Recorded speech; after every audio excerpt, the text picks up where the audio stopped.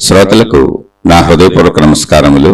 మన శ్రోతలలో ఒక సోదరుడు ప్రశ్నను పంపడం జరిగింది.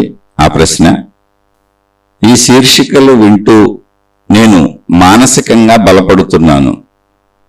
ఇక్కడ నా ప్రశ్న ఏమిటంటే, నేను రిజర్వ్డ్గా ఉంటాను. అవసరమైతే తప్ప ఎవరితో ఎక్కువగా కలవను, మాట్లాడను. ఎందుకంటే అలా ఉండటం వలన మానసికముగా స్థిమితముగా ఉండటం, అంతర్ముఖం కావటం సులభంగా ఉంటున్నది అని అనుకుంటున్నాను. ఇది చూసి మా కొలీగ్స్ మరియు ఫ్రెండ్స్ నన్ను వేరేలా చూస్తూ ఉంటారు. దానివలన నేనేమైనా తప్పు చేస్తున్నానా అని అనిపిస్తున్నది. ఈ విషయాలలో ఎలా ఉండాలో తెలియజేయగలరు? ప్రశ్నను మరొకసారి అర్థం చేసుకునే ప్రయత్నం చేద్దాం.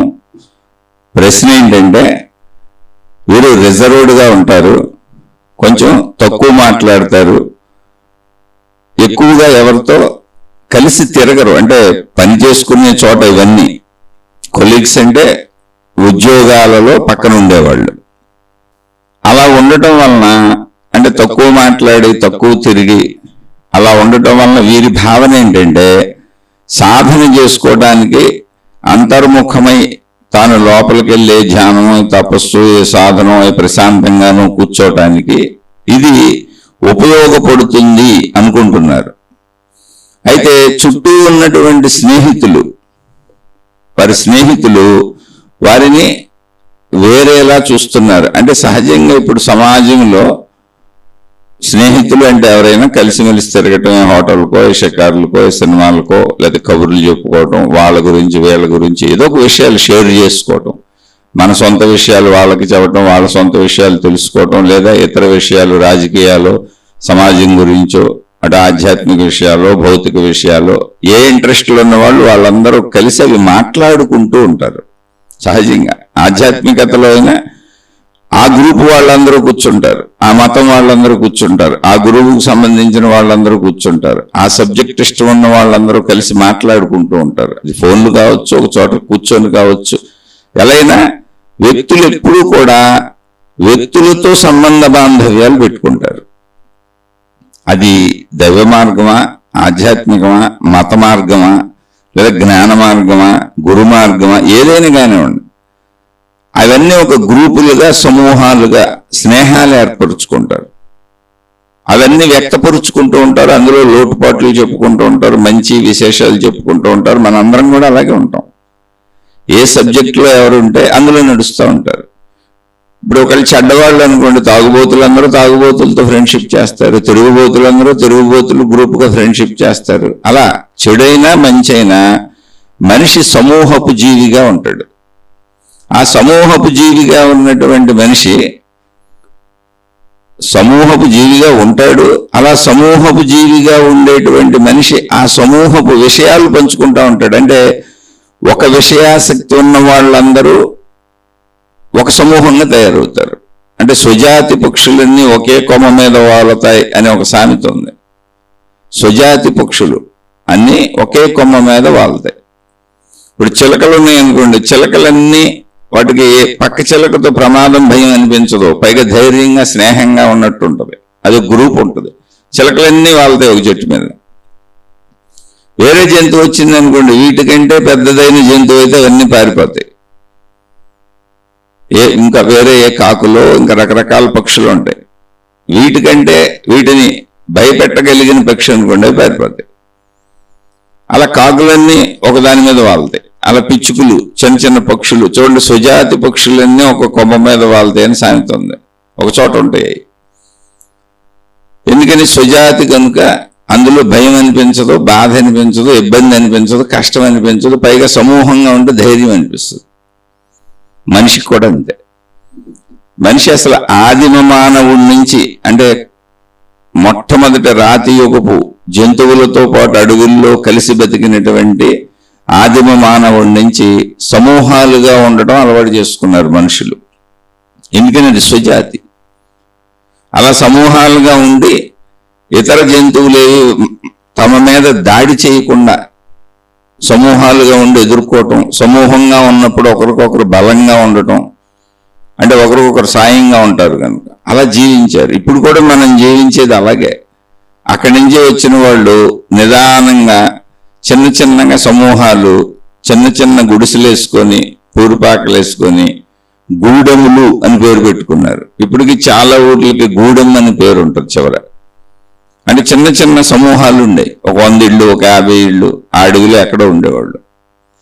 మళ్ళీ వేరే చోట ఇంకొకళ్ళు ఒక 100 ఇళ్ళు, ఒక 50 ఇళ్ళు, అంటే ఎవరికి ఎక్కడ అనుకూలంగా ఉందో అక్కడ సమూహాలుగా బతికేవాళ్ళు. ఇప్పుడు ఆ కల్చరే మనకి అడవుల్ని నరికేసి మానవుడు ఒక సొసైటీ నిర్మించుకున్నాడు. అంటే ఊర్లు, గ్రామాలు, పట్టణాలు. కానీ ఎక్కడైనా ఎవరుంటారు అక్కడ అంటే మొత్తం మనుషులే ఉంటారు. సమూహం, ఊరు అంటే అర్థమైంది, ఊరంతా మనుషులు ఉంటారు ఇల్లు కట్టుకొని. అక్కడ అడవులు ఉండవు, చుట్టూ పంట పొలాలు ఉంటాయి. బ్రతకడానికి అవసరమైన పంట పొలాలు వేసుకున్నారు. వాళ్ళ బ్రతుకుకి ఏం అవసరం అలా వ్యవసాయం మొదలు పెట్టుకున్నారు. అంటే జంతువులు తమ వైపు రాకుండా, క్రూర జంతువులు తమ వైపు రాకుండా మానవ లోకం ఒకటి నిర్మించుకున్నారు. అడవిని తీసేశారు, అడవిని నరికేశారు. మానవులు బతకడానికి అవసరమైన ఏర్పాట్లు చేసుకున్నారు. అది వ్యవసాయోత్పత్తులు కావచ్చు, ఫ్యాక్టరీలు కావచ్చు, వృత్తి వ్యాపార ఉద్యోగాలు కావచ్చు, ఇళ్ళు కట్టుకోవడం కావచ్చు, మొత్తం అన్ని మానవ లోకంలో నిర్మించుకున్నారు. జంతువుల భయాన్ని పోగొట్టుకున్నారు. ఇక్కడ ఇవన్నీ ఏంటి? ఇప్పుడు ఊర్లు, పట్టణాలు, నగరాలు, దేశాలు, రాష్ట్రాలు ఇవన్నీ ఏంటి అంటే మొత్తం ప్రపంచవ్యాప్తంగా ఎక్కడైనా సరే దేశము అన్నామంటే ప్రజల సమూహము, ఊరు అన్నామంటే ప్రజల సమూహము. అలా సమూహాలుగా ఉండే మనుషులకి ఒకరితో ఒకరు స్నేహ సంబంధాలు లేదా కుటుంబ సంబంధ బాంధవ్యాలు, బంధు మిత్రత్వ సంబంధాలు, మిత్రత్వం అంటే స్నేహం, ఇలా ఏర్పరుచుకుంటూ మనుషులు కలిసి బతకడం అలవాటు చేసుకున్నారు. ఎందుకని? ఇప్పుడు ఒక ఊరు ఉందనుకోండి, నేను ఒక్కడిని, మా ఇల్లు మాత్రమే ఊర్లో ఉంది, లేదా వింటున్న మీరు మీకు ఊహించుకోండి, మీ ఇల్లు మాత్రమే ఊర్లో ఉంది, మీరు మీ కుటుంబ సభ్యులే ఉన్నారు, ఇంకా ఊర్లో మనుషులు ఎవరు లేరు. మొత్తం మీ చుట్టూ అంతా ఖాళీనే, 100 ఎకరాలు, ఏ పంట పొలాలు ఉన్నాయి అనుకోండి, ఊరికినే అడవులేమి లేవు, జంతువులేమి లేవు, ప్రమాదం అయితే ఏమీ లేదు, కానీ మనుషులు లేరు. చుట్టూ చక్కటి ప్రకృతి ఉంది, పంట పొలాలు ఉన్నాయి, ఎటువంటి విష జంతువులు మిమ్మల్ని బాధ పెట్టే లేవు, అసలు ఏ ప్రమాదం లేదు. కానీ మీరు ఒక్కరే ఉండగలరా? మీ కుటుంబంతో ఆ ఊర్లో ఖచ్చితంగా మనిషి ఉండలేడు. మనిషి మనుషుల మధ్య ఉండగలడు. అదే సమాజము. సమాజం అంటే మనుషులతో కూడినది సమాజము. మనిషి జీవన విధానంలో అవసరాలు కూడా ఎలా ఉంటాయి? ఇప్పుడు ఈ సోదరుడు రాసినటువంటి దాంట్లో మా కొలీగ్స్ అన్నారు. కొలీగ్స్ అంటే ఏంటి? ఒక చోటకు ఉద్యోగానికి వెళ్తున్నారు మీరు అంటే, మళ్ళీ అక్కడ ఉద్యోగం ఇచ్చేవాళ్ళు, ఆ సంస్థ వాళ్ళు, ఆ ఫ్యాక్టరీ పెట్టిన వాళ్ళు, మీరు పనిచేసేది ఏదైతే అది, దాన్ని స్థాపించిన వాళ్ళు ఎవరు? మనుషులే.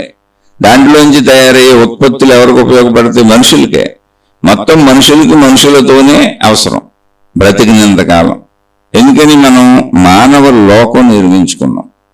మానవ లోకంలో మానవుడికి అవసరమైనటువంటి వస్తువులను, పదార్థాలను, విషయాలను, సమస్తాన్ని మనం ఉత్పత్తి చేసుకుంటున్నాం. మిగిలిన జంతువులన్నీ ప్రకృతి సహజంగా జీవిస్తాయి. మీరు ఎక్కడైనా చూసుకోండి, మిగిలిన జంతువులు మొత్తం ప్రకృతి సహజ జీవితం జీవిస్తున్నాయి. అవేమీ ఉత్పత్తి చేసుకోవు, తయారు చేసుకోవు, ఆల్రెడీ ప్రకృతిలో ఉన్న వాటిని వాడుకుంటాయి. మనం అలాగే, మనకు ఆహార పదార్థాలు ప్రకృతిలో ఉన్నవే, కానీ మనకు కావలసినవి పండించుకుంటాం. మనకేం కావాలో వాటిని పండించుకుంటాం. అలాగే అనేక రకాల వస్తువులు కనుగొన్నాం మన జీవితంలో మనం వాడుకోవడానికి. మన వంటింటి నిండా కొన్ని 100 రకాల వస్తువులు ఉంటాయి.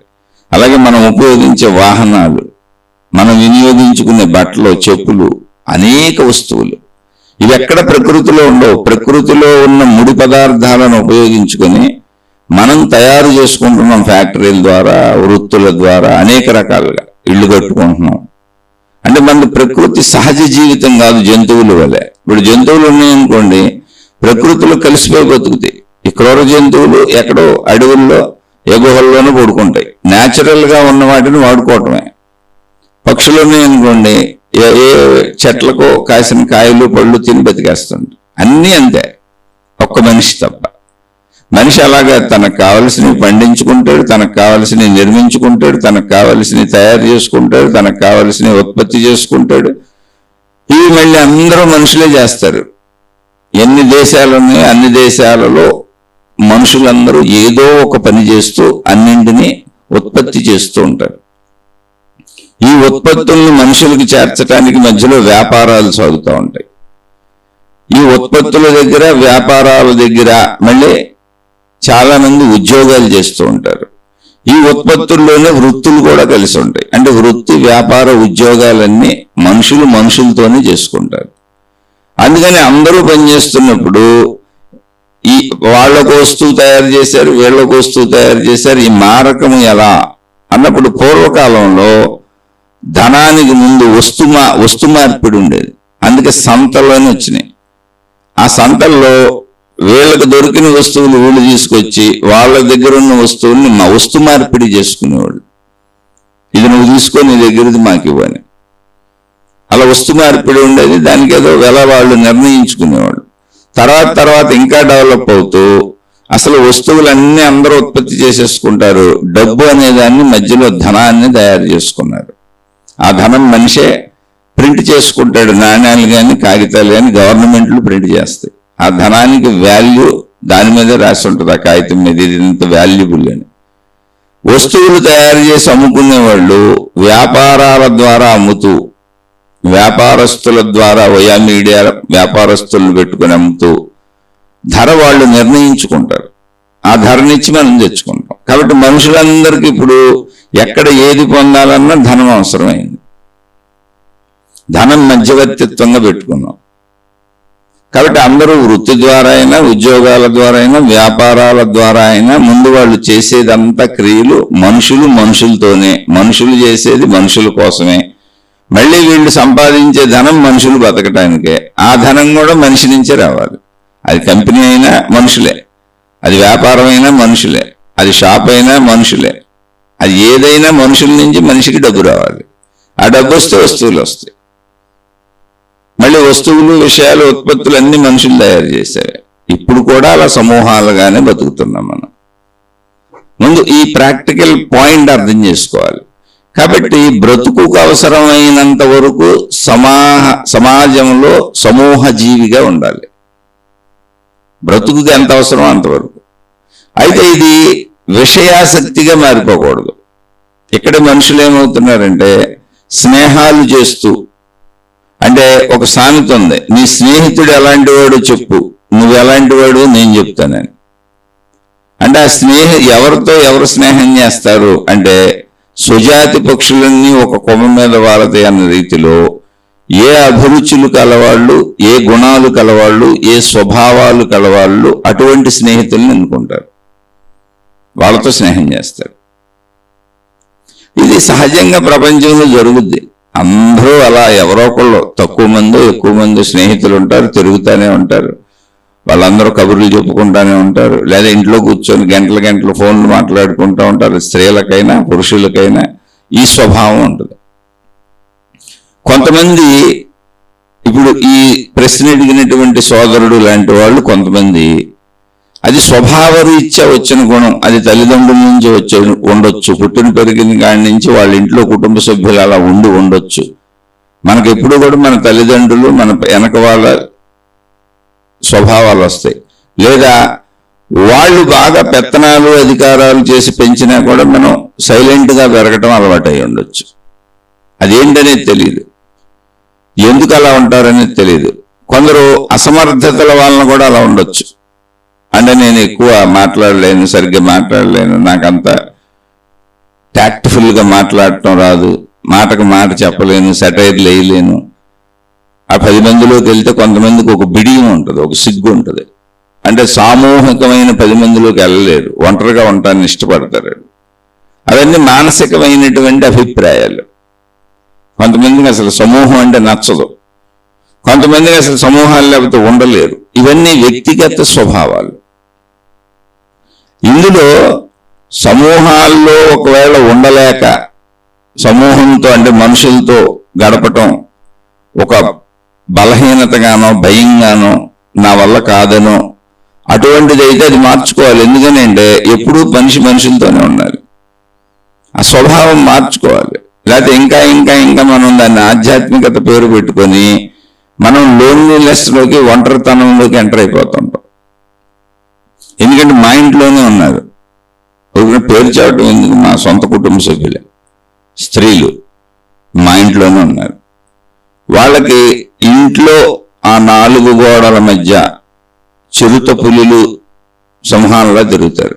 4 గోడల మధ్య కనీసం అంటే మా ఇల్లు 2 అంతస్తులు 3 అంతస్తుల ఇల్లు మాది. ఆ మెట్లు దిగి కింద అంతస్తుకు రావాలంటే వాళ్ళకి మనుషులు ఉండాలి. ఎవరొకళ్ళు మనుషులు ఉంటే వాళ్ళతో వస్తారు, లేకపోతే అసలు ఆ ఇల్లు దాటి బయటకు రారు. ఎండ పడదు అసలు వాళ్ళ మీద. ఇప్పుడు నేను 25 సంవత్సరాల నుంచి చూస్తున్నాను, వాళ్ళు ఎండలోకే రారు. అంటే అసలు ఎండ పడదు వాళ్ళ మీద. వాళ్ళకి బజార్ వెళ్ళాలంటే విపరీతమైన భయం. అంటే సమూహాలు చూస్తే టెన్షన్ వస్తుంది వాళ్ళు, మనుషుల్ని చూస్తే టెన్షన్ వస్తుంది వాళ్ళు. ఇది నా సొంత కుటుంబ సభ్యులే నేను చెప్పేది. అసలు ఎవరితో అయినా బాగా పరిచయస్తులు, అది కూడా వాళ్ళని బాగా గౌరవించేవాళ్ళు అయితేనే మాట్లాడతారు. మళ్ళీ వాళ్ళ అహంకారానికి దెబ్బ కొట్టేవాళ్ళు, వాళ్ళని విమర్శించే వాళ్ళు అయితే మాట్లాడరు. అలా అని పోని వీళ్ళకి మనుషులు సమూహం రోడ్డు మీదకి వెళ్తాం అంటే భయం. భయం కదా అంటే భయం అంటే టెన్షన్ పడతారు, గజిబిజి అయిపోతారు, గందరగోళ పడిపోతారు. అసలు రోడ్డు మీదకి వెళ్తే ఇంత గందరగోళ పడతారంటే ఎటు వెళ్తున్నారో తెలీదు, ఎక్కడికి వెళ్తున్నారో తెలీదు, ఎన్ని 100 సార్లు వెళ్ళి వచ్చినా ఆ రోడ్డు దారి తెలీదు. మీరు నమ్మరేమో. మరి అటువంటి వాళ్ళు ఉంటారంటే ఇప్పుడు వాళ్ళ వయసు ఎంతో తెలుసా? సుమారుగా 53-52 సంవత్సరాలు ఇప్పటికే. ఇప్పుడు కూడా బజార్ వెళ్తే ఇంటికి ఎటు తిరిగి రావాలో తెలీదు. అంటే ఎంత టెన్షన్ లోపల పడుతున్నారో చూడండి. అంటే మర్చిపోతున్నారు అన్ని. అంటే ఒక స్థిమితత్వం లేదు. కానీ 4 గోడల మధ్య ఇంట్లో అందరినీ సతాయించి చంపుతారు, అందరి మీద అధికారం పెత్తనం చేయాలనుకుంటారు. అది బలహీనత. దాన్ని మనం ఏం చేయలేం. కొంతమందికి అలా మనుషుల్లో తిరగలేరు. దీనికి కారణం ఏంటి అంటే వాళ్ళ తండ్రి గారు తల్లి గారు అలాగే ఉంటారు. అసలు వాళ్ళ బంధువులు వీళ్ళకి ఎప్పుడు వెళ్ళలేదు, ఏ బంధువులు వీళ్ళ ఇంటికి రాలేదు. ఒక లైఫ్ మొత్తం, ఒక జీవితకాలం మొత్తం వాళ్ళ నాన్నగారు ఏదో ఉద్యోగం చేసేవారు. ఉద్యోగానికి వెళ్ళటం రావడమే బాధ ఆయనకి. సిగరెట్లు కాల్చుకుంటూ ఇంట్లో కూర్చుంటాడు. వచ్చి ఓ టీ పెట్టుకొని తాగుతూ, టీవీ పెట్టుకొని, లేకపోతే రేడియోలు, ఆ కాలంలో రేడియోలు పెట్టుకొని, లేదా టేప్ రికార్డర్లు పెట్టుకొని పాటలు పెట్టుకొని అలా కబుర్లు కాలక్షేపం, భార్యాభర్తలు నిరంతరం కబుర్లు చెప్పుకుంటూ మేము చాలా మేధావులమని, మేము చాలా తెలివిగల వాళ్ళమని వాళ్ళే చెప్పుకుంటారు. భార్య భర్తకే చెప్పుద్ది. ఆ భర్త మా ఆవిడ చాలా గొప్పదే, చాలా ఉత్సాహం అనుకుంటా ఉంటాడు. కానీ ఒక మార్కెట్కి వెళ్ళి ఆవిడ జీవితకాలం మొత్తం, ఇప్పుడు నేను చెబుతున్న ఆవిడ తల్లి, ఆవిడ జీవితకాలం మొత్తంలో ఒక మనిషితో మాట్లాడటం రాదు ఆమెకి. స్టిల్ మాతోనే ఉన్నారు, మా ఇంట్లోనే ఉన్నారు. వృద్ధాప్యం వచ్చింది, మేమే చూస్తున్నాం. 75 ఏళ్ళు. ఒక మనిషితో కాన్వర్సేషన్ మొదలు పెడితే మనం ఏ సబ్జెక్ట్ మాట్లాడుతున్నామో ఆ సబ్జెక్ట్ అసలు మాట్లాడరు వాళ్ళు. దానికి సంబంధం లేని ఇంకో విషయం మాట్లాడుతూ ఉంటారు. వాళ్ళని వాళ్లే గొప్పగా భావించుకుంటూ ఉంటారు. మళ్ళీ ఇల్లు దాటి వెళ్ళి ఏం చేయలేరు. ఇంతవరకు అసలు వాళ్ళ జీవిత కాలంలో ఒక బట్టల షాప్కి వెళ్ళి ఒక చీర కొనుక్కోలేదు, ఒక తుండు కొనుక్కోలేదు, ఎవరి కోసం ఒక బట్టలు కొనలేదు, వాళ్ళ కోసం వాళ్ళు కొనుక్కోలేదు. అలా పెరిగిన వాళ్ళ పిల్లలు ఏమవుతారు? అలా పెరిగిన వాళ్ళ కూతురు, వాళ్ళ కూతురుకు కూడా 52-53 ఏళ్ళు వచ్చేసినాయి. ఏమవుతారు ఇప్పుడు? ఆవిడకి అంతే, బయటకు వెళ్ళటం భయం. భయం అంటే ఏం? టెన్షన్ వచ్చేస్తుంది. కానీ పక్కన 2-3 మనుషులుండి తీసుకెళ్లి జాగ్రత్తకి వెళ్తే టెన్షన్ అంతా లోపల పెట్టుకొని తనకు కావాల్సినవి కొనుక్కోవడం వరకు అలవాటు చేసుకున్నారు. అయితే పక్కన మనిషి లేకపోతే అసలు ఇంట్లోంచి కిందకు కూడా రాడు. ఇంట్లోనే 24 అవర్స్ ఇంట్లోనే. అసలు ఎండ పడదు. నాకు వాళ్ళు పరిచయమే సుమారుగా 25-30 ఏళ్ళు అయింది. ఎండ అనేది వాళ్ళ మీద పడదు. వాళ్ళు వెలుగు చూడటానికి ఇష్టపడరు. అసలు తెలిసిన మనుషులతోనే నిరంతరం కబుర్లు చెబుతారు. అంటే ఇది బలహీనత అయితే మీరు మార్చుకోవాలి. ఎందుకంటే మా ఇంట్లోనే ఉందని చెబుతున్నది. అది చాలా జీవితాన్ని అస్తవ్యస్తం చేసేస్తుంది. మళ్ళీ దాన్ని బలహీనతను ఒప్పుకోలేక, నేను బలహీనురాలని ఒప్పుకోలేక ఇంట్లో వాళ్ళందరి మీద తన బలహీనతకి ఎదురుదాడి చేస్తూ ఉంటారు. ఇటువంటి వాళ్ళు చాలా మందిని చూశాను నేను. మా ఇంట్లో మా కుటుంబ సభ్యులు మీకు ఉంటారు, అన్నదమ్ములు, అక్క చెల్లెళ్ళు, భార్య భర్త పిల్లలు మొత్తం ఉంటారు బంధుమిత్రులు. అలా మా వాళ్ళు బోళ్ళ మందిని చూశాను. అలా ఏదో ఒక రకమైనటువంటి విధానం అందరికీ ఉంటుంది. నాకు తగ్గ భయాలు ఉంటాయి. ప్రతి మనిషికి ఏదో రకమైన ఫోబియస్ భయాలు ఉంటాయి. అవి పోగొట్టుకోవాలి, మనమే పోగొట్టుకోవాలి. అలా ఒకవేళ మనుషుల్లో కలవటం ఇష్టం లేక నేను మాట్లాడలేను, నేను వాళ్ళతో ఇలా ఉండలేను అనే విధానంలో అయితే అది చాలా ఇబ్బందికరమైన జీవితానికి వెళ్ళిపోద్ది. రాను రాను మన పిల్లలు కూడా ఎఫెక్ట్ అవుతారు. ఎందుకంటే సమాజంలో బతకాలి అంటే మనుషులతోనే ఉండాలి. ఇప్పుడు ఈ అనుభవం నాకు ఉంది, అందుకని చెబుతున్నా. మేము అందరం ఎఫెక్ట్ అయ్యాం ఆ మనిషి వలన. ఆ మనిషి తాను స్వతంత్రంగా ఏమీ చేసుకోలేదు, అన్నీ ఎవరొకళ్ళు చేసి పెట్టాలి. రేపు ఎలా బతుకుద్దో కూడా తెలియదు. ఎందుకంటే అసలు గేటు దాటి వెళ్ళాలంటే భయం. తెలిసిన మనుషులు ఎప్పుడూ సపోర్ట్గా ఉండాలి. అన్నీ ఆమె ఇంటికి తెచ్చి అందజేయాలి. అలానే అందరి మీద పెత్తనం చేయాలి. మళ్ళీ అహంకారం ఉంది. భయంలో వినయం ఉన్న వాళ్ళు అలానే బతికేస్తారు. వినయం ఉంది కానీ చుట్టూ ఉన్న వాళ్ళు సహకరిస్తారు. వినయం లేదు, అహంకారం ఉంది. భయానికి అహంకారం కాంబినేషన్ చాలా ప్రమాదం. ఎందుకంటే ఏకాకులు అయిపోతారు వాళ్ళు మాట్లాడినా ఏం చేసినా అన్ని విచిత్రంగా ఉంటాయి. అసలు సబ్జెక్టే మనం అల్లం అంటే వాళ్ళు బెల్లం గురించి మాట్లాడుతూ ఉంటారు. వాళ్ళ బ్రెయిన్స్ ఎలా ఉంటాయి. అలానే వాళ్ళు మామూలు మనుషులే. అదేంటి మేము అల్లం అంటే మీరు బెల్లం అంటున్నారు అన్నాం అనుకో, అల్లంలోనూ బెల్లంలోనూ లా ఉంది కదా, రెండు చివరి అక్షరాలు ఒకటే కదా, మొదటి అక్షరమే కదా మారిందంటారు. అసలు చెప్పలేము. వాళ్ళ రీజనింగ్, వాళ్ళ థాట్ ఏంటి అర్థం కాదు. ఇటువంటి మనుషులు ఎంతో మంది ఉన్నారు. ఇప్పుడు వీళ్ళకి కారణం ఏంటంటే ఏమీ లేదు. అసలు వీళ్ళు బయటకు వెళ్ళి కొత్త మనుషులతో మాట్లాడటం అనేది పుట్టుక నుంచి అలవాటు లేదు. ఎందుకంటే వాళ్ళ తల్లిదండ్రులు అలా ఇంట్లోనే కూర్చున్నారు, వీళ్ళని కూడా ఇంట్లోనే కూర్చోబెట్టారు. ఏదో తప్పనిసరి ఆ చదువుల వరకు. నేను అడిగాను సరే ఆవిడ్ని, మరి చిన్నప్పుడు స్కూల్కి వెళ్ళేవాని. నాకు గుర్తుంది, 5-6 తరగతుల వయసులో స్కూల్కి వెళ్ళి రావడానికి టెన్షన్ పడిపోతూ వచ్చేదాన్ని నేను చిన్నప్పటి నుంచి. విపరీతమైన టెన్షన్. ఎంత టెన్షన్ అంటే అసలు రూట్ గుర్తుండేది కాదంట. ఇంటి నుంచి స్కూల్కి వెళ్ళడానికి, స్కూల్ నుంచి ఇంటికి పక్క సందులే 2 సందులు అంతే, స్కూల్ పక్కన ఇల్లు. ఆ 2 సందులు ఇల్లు చాలాసార్లు దారి తప్పారండి. దారి తప్పిపోయి ఇంకోవైపు వెళ్ళిపోయి ఏడుస్తుంటే ఎవరెవరో తీసుకెళ్లి ఇంటి దగ్గర దింపేవాళ్ళండి. ఇంటి చిన్నతనం నుంచి ఎప్పటికీ స్కూల్కి వెళ్ళడానికి కూడా టెన్షన్తో బతికారు. అటువంటి ఒంటరితనం అయితే మాత్రం ఖచ్చితంగా మార్చుకోవాలి. ఈ సైకలాజికల్ ప్రాబ్లమ్స్ అయిపోతాయి. కాదు నేను అసలు ఏదైనా చేయగలను, ఎవరితోనైనా మాట్లాడగలను, ఎక్కడైనా తిరగగలను, ఎవరితోనైనా ఉండగలను, ఏదైనా చేయగలను, అన్నీ చేయగలను. కానీ ఎందుకు ఇప్పుడు ఈ శీర్షికలు ఇవన్నీ మానసికంగా బలపడుతున్నాను అన్నాడు. నాకు కొంచెం దేవుడు అంటే ఇంట్రెస్ట్ ఉంది, నాకు కొంచెం దేవత అంటే ఇంట్రెస్ట్ ఉంది, నాకు కొంచెం మతాచారాలు పద్ధతులు అంటే ఇంట్రెస్ట్ ఉంది. మా ఇంట్లో చిన్నప్పటి నుంచి అలా పెరిగాను.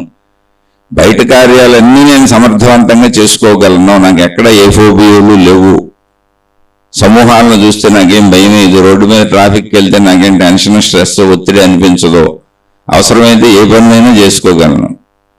కానీ నేను కొంచెం ఇక్కడ వీరు ప్రశ్నలో చెప్పింది ఏంటంటే, ఇలా ఉండటం వలన, అంటే నేను ఎక్కువ స్నేహితులతో తిరగకపోవటం వలన, ఎక్కువ కలవకపోవటం వలన, ఎక్కువ మాట్లాడకపోవటం వలన, అంటే పనికిరాని విషయాలు, రిజర్వ్డ్గా ఉండటం వలన అంతర్ముఖం అవ్వటం తేలికగా ఉంది.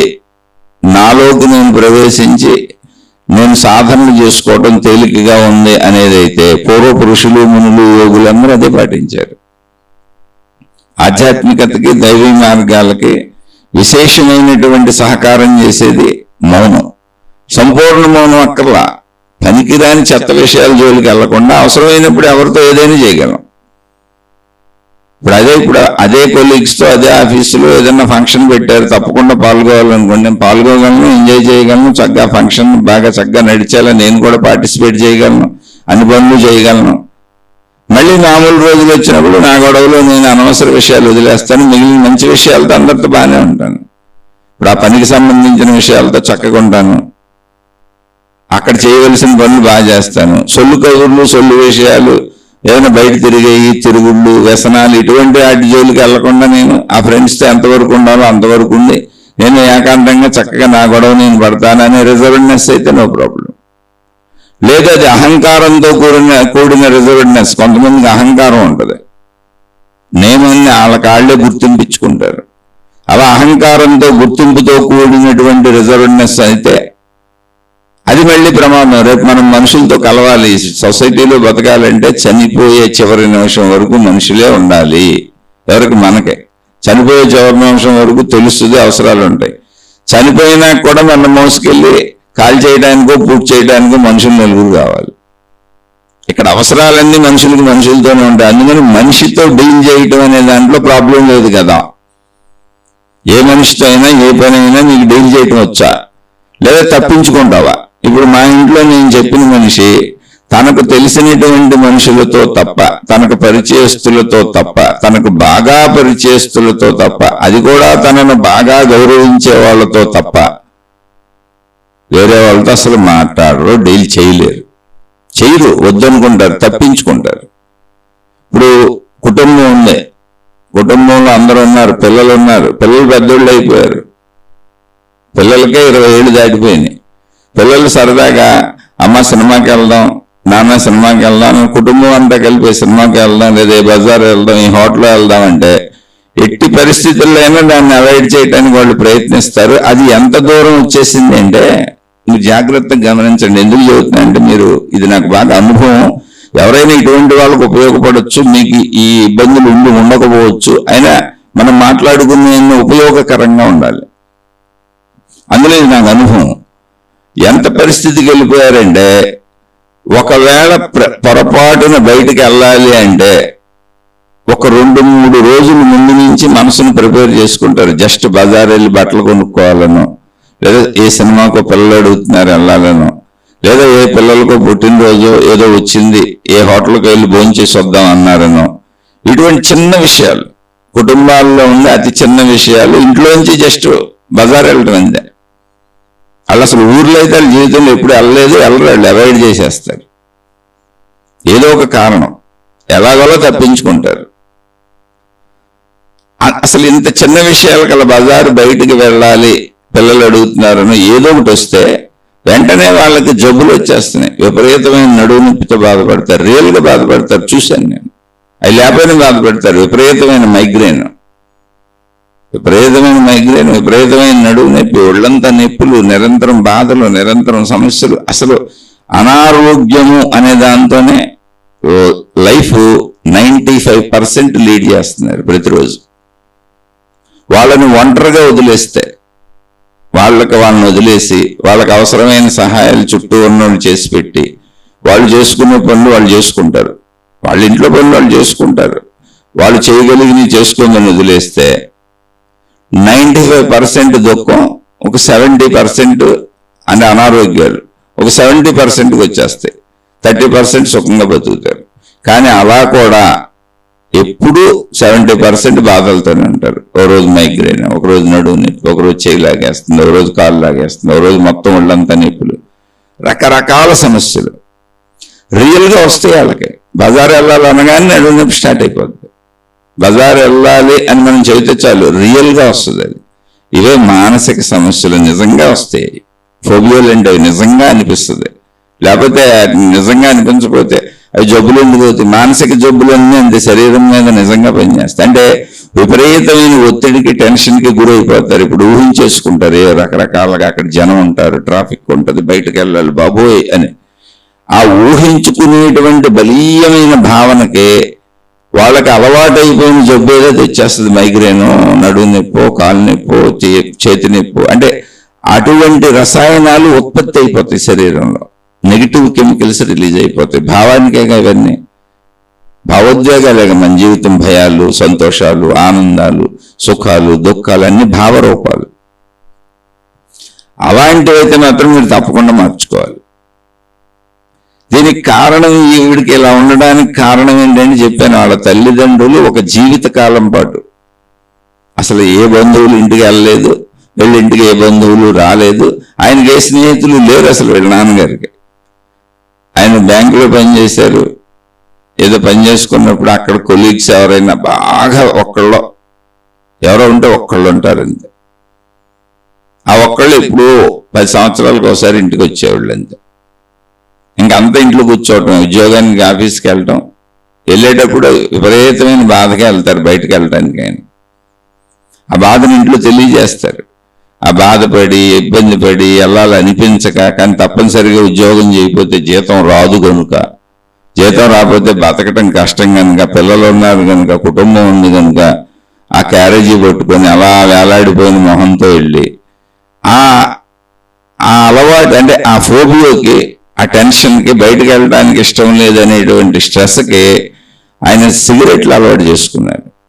చైన్ స్మోకర్ నిరంతరం. అంటే ఇదంతా ఒక రకమైన ఫోబియాలు, దుర్వ్యసనాలు కూడా ఒక రకమైనటువంటి మానసిక స్థితిలో అలవాటు చేసుకుంటారు. అంటే ఒకదానికి బదులు ఇంకోటి అలవాటు చేసుకుంటారు, ఒక దాంట్లో నుంచి బయటకు రావడానికి ఇంకోటి అలవాటు చేసుకుంటారు. ఆ మానసిక ఒత్తిళ్ళకి ఏవేవో అలవాటు చేసేసుకుంటారు. ఆయనకి ఏం లేదు పాపం, ఆయనకి బయటకు వెళ్ళటం ఇష్టం ఉండదు, పని చేయటం ఇష్టం ఉండదు, జనాల్లోకి వెళ్ళటం ఇష్టం ఉండదు. ఎందుకంటే అసలు ఆయనకి మాట్లాడటమే రాదు. ఆయనతో నేను బోల్డ్ జీవితం గడిపాను, నేనంటే ఆయనకి చాలా ఇష్టం కూడా. మా బంధువు ఆయన, ఎవరితో మాట్లాడటం రాదు ఆయనకి. ప్రతి విషయము ఘర్షణ పడతారు. ఊరికి ఇంటి ముందుకు వచ్చిన కూరగాయల వాడితో బాబు ఆ వంకాయలు ఎంత అని అడిగి, ఒక అరకిలో వంకాయలు ఇవ్వు అనేటువంటి 2 పదాలతో అక్కడ పని అయిపోద్ది. కానీ ఆయన ఆ వంకాయల్ని వెటకారం చేస్తారు, ఏ ఊర్లో పండినయో అడుగుతారు, అవేంటి అన్ని రకాలుగా ఉన్నాయంటారు. ఆ కూరగాయలు అమ్మేవాడి యొక్క స్థితిని, మానసిక స్థితిని అనేక రకాలుగా చెడగొడతారు. అన్ని మాటలు ఎందుకు మాట్లాడతారో తెలియదు. మొత్తానికి అతనికి ఇతనికి గొడవ అయిపోద్ది. ఖచ్చితంగా గొడవ అవుద్ది, ఎవరితో మాట్లాడినా గొడవ అవుద్ది, అసలు గొడవ అవ్వకుండా ఉండదు. అలానే మొత్తం ఇందే తప్పు. ఎందుకంటే నేను ఆయనతో చూశాను, గమనించాను, విపరీతమైన అహంకారం ఉంది, ఎవరితోనూ మాట కలవదు. అదే సేమ్ మళ్ళీ వాళ్ళ పిల్లలకి వచ్చింది, వాళ్ళ అమ్మాయికి వచ్చింది. వాళ్ళ ఆవిడ అలాగే ఉంటుంది, ఆమె అలాగే ఉంటుంది. ఆవిడ మాట్లాడినా అసలు ఒక మాటకి సంబంధం ఉండదు. ఆవిడ గురించే చెప్పాను ఇందాక తల్లిని. బజార్ వెళ్ళి చిన్న కర్చీఫ్ కొనుక్కోలేదు ఎప్పుడు షాప్కి వెళ్ళాము. అసలు అందరూ ఇంట్లో అలా ఉండి ఇంట్లో గడిపోయటానికి ఇష్టపడతారు వాళ్ళు. అవి ఫోబియోస్. ఆ ఫోబియోస్ నుంచి బయటికి రావాలి, సహజ సమాజ జీవులుగా ఉండాలి.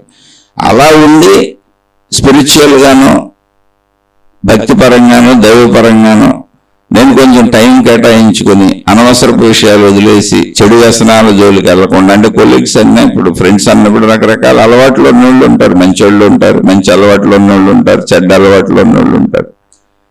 అవన్నీ ఎందుకులే, అక్కడ ఆఫీస్ వరకు ఎలా ఉండాలో వాళ్ళతో అలా ఉండి, స్నేహితులతో ఎంతవరకు ఎలా ఉండాలో వాళ్ళతో అలా ఉండి, నా జీవితాన్ని నేను చక్కగా నిర్మించుకొని, నా కుటుంబాన్ని జాగ్రత్తగా చూసుకొని, నా అభ్యుదయం, నా ఆధ్యాత్మిక అభ్యుదయం కానీ, నా భౌతికమైనటువంటి మంచితనాన్ని కానీ పెంచుకునే ప్రయత్నంలో నా సాధనలు నేను చేసుకోవాలి అనుకునేటువంటి ఒంటరితనం అయితే నో ప్రాబ్లం కాదు. మీకు పుట్టుకతో వచ్చిన అలవాటు రిజర్వ్నెస్, అంటే మీకు మనుషులతో ఎక్కువగా మాట్లాడటం ఇబ్బందిని కలిగిస్తుంది. చెడు మంచి అని కాదు, నచ్చదు. మనుషులతో ఎక్కువగా తిరగటం, కలవటం, మాట్లాడటం ఒక రకమైన ఇబ్బందిగా ఉంటుంది, అన్ఈజీగా ఫీల్ అవుతానంటే ఖచ్చితంగా మీరు మార్చుకోవాలి. ఎందుకంటే ఇది మీ పిల్లల మీద ఎఫెక్ట్ అవుతుంది. మళ్ళీ మీ అలవాట్లు మీ పిల్లలకు వస్తాయి, అవి ఇంకా పెరుగుతాయి రేపు పిల్లలకి. ఎందుకంటే మనం ఇలాగే పెంచుతాం, బంధువుని రానివ్వకుండా, బంధువుల దగ్గరికి వెళ్లకుండా, మనుషులతో కలవకుండా, సమాజంలోకి వెళ్లకుండా. సమాజంలోకి తిరగని పిల్లలు ఎవరో కూడా వికసించరు. అంటే సమాజం తెలియాలిగా, ఒక పువ్వు సంపూర్ణంగా వికసించినట్టుగా మనుషులు వికాసం చెందాలి అంటే సమాజంలో మంచి తెలియాలి, చెడు తెలియాలి. మనిషిని దాచేయకూడదు. మనం ఏమనుకుంటాం, బాబాయ్ ఫ్రీగా వదిలేస్తే చెడు తెలిసిపోద్ది, చెడులోకి వెళ్ళిపోద్ది, చెడిపోతారు అని మనం అనుకుంటాం. ఇప్పుడు చెడు తెలియలేదు అనుకోండి, మోసపోతారు. చెడు తెలియకపోతే మోసపోతారు. మంచి చెడు రెండు తెలియటమే సంపూర్ణ వికాసము. అందులో మంచిని ఎన్నుకొని చెడును వదులుకుంటూ వెళ్ళగలగాలి. అంటే చెడు కూడా తెలిసి ఉండాలి. వదిలేయాల్సినవి తెలియాలి, పట్టుకోవాల్సినవి తెలియాలి. తగ్గించుకోవలసినవి మనలో గుణాలు, స్వభావాలు, అలవాట్లు, తగ్గించుకోవలసిన చెడు తెలియాలి, పెంచుకోవలసిన మంచి తెలియాలి. ఇది నిరంతర ప్రాసెస్. మనిషి మరణం వరకు అదే సంపూర్ణ జ్ఞాన వికాసము. ఒక పువ్వు పూర్ణంగా వికసించినప్పుడు సువాసన వస్తుంది. అప్పుడే దానికి అందం కూడా కనపడుతుంది మనకి. పువ్వు మొగ్గ రూపంలో ఉన్నప్పుడు అందము ఉండదు, వాసన ఉండదు. పువ్వు పుట్టగానే పరిమళించును అని ఎవరో సామెత చెప్పారు. అది రాంగ్ సామెత. అది ఏ పువ్వు పుట్టగానే పరిమళించదు. పువ్వు పుట్టినప్పుడు అసలు వాసనే ఉండదు. పువ్వు పుట్టినప్పుడు మొగ్గలా ఉంటుంది. అది అది వికాసం చెందాలి. మొగ్గకి అందం కూడా ఉండదు. పువ్వు సంపూర్ణంగా విచ్చుకోవాలి, వికాసం చెందాలి. వికాసంగా సంపూర్ణంగా విచ్చుకున్నప్పుడు, సంపూర్ణ వికాస దశకి చేరి పువ్వు విచ్చుకున్నప్పుడు మాత్రమే పరిమళం వస్తుంది. మనిషి కూడా అంతే. ఇప్పుడు అలా మనం తప్పులు ఒప్పులు తెలియకుండా పిల్లల్ని కట్టడి చేద్దాం అనుకుంటాం. అంటే అలానే స్వేచ్ఛకు వదిలేనంటలా, జాగ్రత్తగా చూస్తూ, అది ఎప్పుడూ జాగ్రత్తగా చూసుకోవాల్సిందే. కానీ అన్నీ తెలియకుండా, ఇప్పుడు తప్పులు తెలియకుండా తప్పుల్లోంచి బయటకు ఎలా వస్తారు? వదిలేయాలని కూడా తెలియాలిగా. మంచి తెలియకుండా మంచి ఎలా నేర్చుకుంటారు? ఇక రెండు అంతే, ఎంపికది. రెండూ తెలుసుకుంటూ చెడును వదిలేస్తూ మంచిలోకి వెళ్ళాలి. ఇప్పుడు మన శీర్షికలు చెప్పుకునేది అందుకే. నాకు కూడా చెడులన్నీ తెలుసు. ప్రపంచంలో ఎన్ని రకాల చెడులు ఉన్నాయో అన్ని రకాల చెడులు నాకు తెలుసు. ఇప్పుడు కూడా ఏమన్నా కొత్త చెడులు కొత్తగా తయారైతే మీరు తెలుసుకుంటానంటే ఇప్పుడు మాదక ద్రవ్యాలు ఉంటే సేవిస్తానని కాదు, వాటి వివరాలు తెలుసుకుంటే ఏమున్నాయని. ఎందుకని ఏ స్పీచ్లోనే చెప్పాలంటే ఇప్పుడు బాబు అటువంటి చేయకుండా ఉండండి అని చెప్పాలి. అలా మనకు తెలియని కొత్త కొత్త చెడులు పుట్టుకొస్తుంటాయి. ఇంకా అందులో కొన్ని తెలుసు, కొన్ని నాకు తెలియకపోవచ్చు. ఇప్పుడు పబ్బులు కల్చర్ వచ్చింది.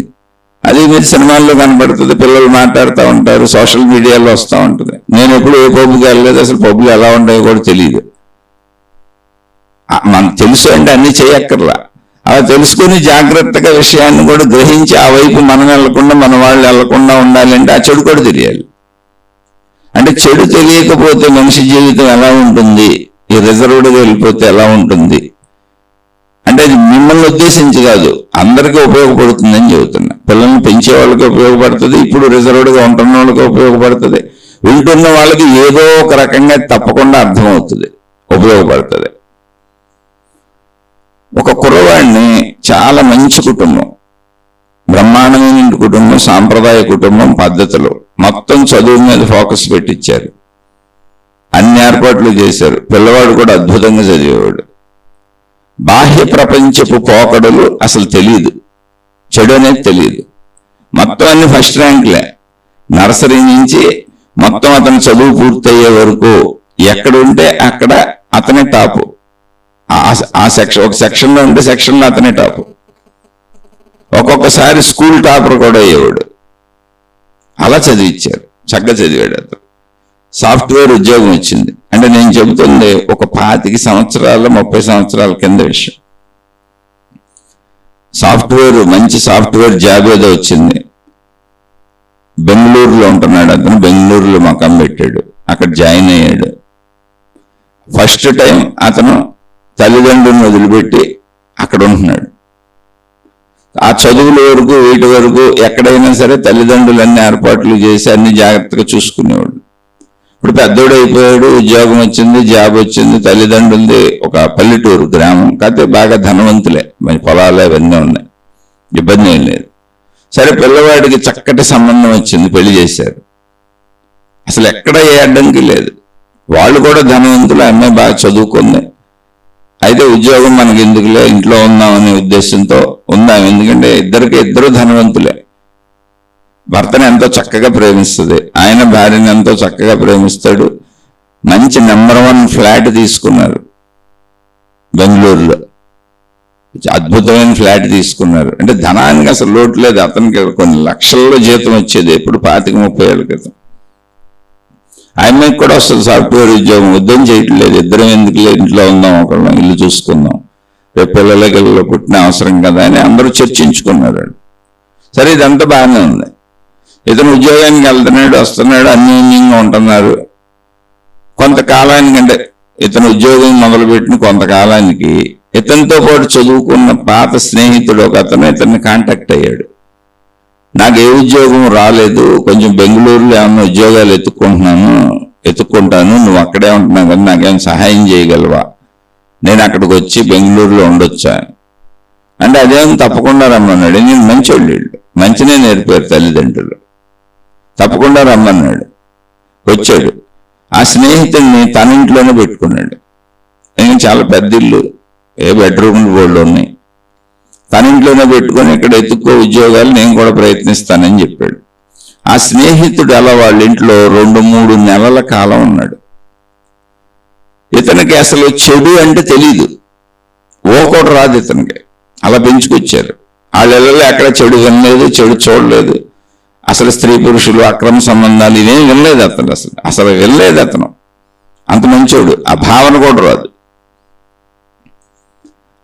ఇలా 2-3 నెలల స్నేహితుడిని ఉంచాడు. ఆ స్నేహితుడు ఏదో చూసుకుంటున్నాడు, ఎత్తుకుంటున్నాడు, ఎత్తున ట్రై చేస్తున్నాడు. ఈ లోపుగా భార్య ఇంట్లోనే ఉంటుంది, యవనంలో ఉందామె. స్నేహితుడు తన వయసు యవనంలో ఉన్నాడు. ఈ స్నేహితుడు ఇతని భార్య అక్రమ సంబంధానికి అలవాటు పడిపోయారు. ఎందుకని ఇంట్లోనే ఉంటున్నారు ఖాళీగా ఇద్దరు, కబుర్లు చెప్పుకున్నారు. ముందు కబుర్లు చెప్పుకున్నారు కొన్నాళ్ళు, తర్వాత అక్రమ సంబంధం వచ్చి ఉంటుంది. అది మనకు తెలియదు ఎప్పుడు జరిగిందో. అక్రమ సంబంధానికి అలవాటు పడిపోయారు. అసలు నెలల నుంచి సాగుతుంది. ఇతనికి అసలు తెలియదు. అయితే ఒక సందర్భంలో ఎప్పుడో ఇతను ప్రత్యక్షంగా చూశాడు. అతను షాకుకు గురయ్యాడు. ఎందుకంటే ఇటువంటి చెడు ఉంటుందని అసలు ఊహించాలంటే, భార్య ఇంకొకడితో అక్రమ సంబంధం పెట్టుకుంటుందని అసలు అతనికి తెలీదు. అలాగే స్నేహితుడు తన స్నేహితుడు భార్యతోనే అక్రమ సంబంధం పెట్టుకొని తన ఇంట్లోనే తనను మోసం చేస్తారనే విషయం అప్పుడే విన్నాడు, అప్పుడే చూశాడు. తనకది స్వీయ అనుభవం అప్పుడే అయింది. మీరు జాగ్రత్తగా ఇక్కడ మనం మామూలు ప్రపంచం వింటూ ఉంటాం, వార్తలు చదివేవాళ్ళు, చుట్టుపక్కల వెళ్ళేవాళ్ళు, విషయాసక్తులు ఉన్నవాళ్ళు, ఊసిపోయిన కబుర్లు చెప్పుకునేవాళ్ళు, ఇవన్నీ రెగ్యులర్గా వింటూ ఉంటారు. అలా రెగ్యులర్గా వింటూ ఉండేవాళ్ళు తట్టుకోగలుగుతారు. అలాంటి జరుగుతూ ఉంటాయి. కాబట్టి మనకు కూడా జరగచ్చు, మన దగ్గర కూడా జరగచ్చు. పెద్ద విశేషంగా ఇప్పుడు దొంగతనాలు ఊళ్ళంతా జరుగుతున్నాయి. కానీ మనకనిపిస్తుంది మన ఇంట్లో ఎత్తుకుపోతారని జాగ్రత్తగా ఉందామని. ఒకళ్ళు నిజంగా ఎత్తుకుపోయారనుకో, చాలా ఇళ్లలో పోయినాయి, మన ఇంట్లో కూడా పోయినాయి, కొంచెం బాధపడతాం, దుఃఖపడతాం, ఇబ్బంది పడతాం, కానీ తట్టుకునే మానసిక స్థైర్యం ఉంటుంది. అసలు ఇతనికి విషయమే తెలియదు. ఇప్పుడే మొట్టమొదటిసారి అటువంటి నెగిటివిటీని అనుభవించాడు. అది కూడా భార్య అంటే ఎంతో ఇష్టం. మళ్ళీ భార్యాభర్తలు చాలా అన్యోన్యంగా ఉంటారు. అలానే స్నేహితుడు అంటే చాలా ఇష్టం. స్నేహితుడు మళ్ళీ ఇతను చాలా ఫ్రెండ్షిప్గా ఎంతో ఇదిగా ఉంటారు. లేకపోతే ఇంట్లో ఇది పెట్టుకుంటాడు.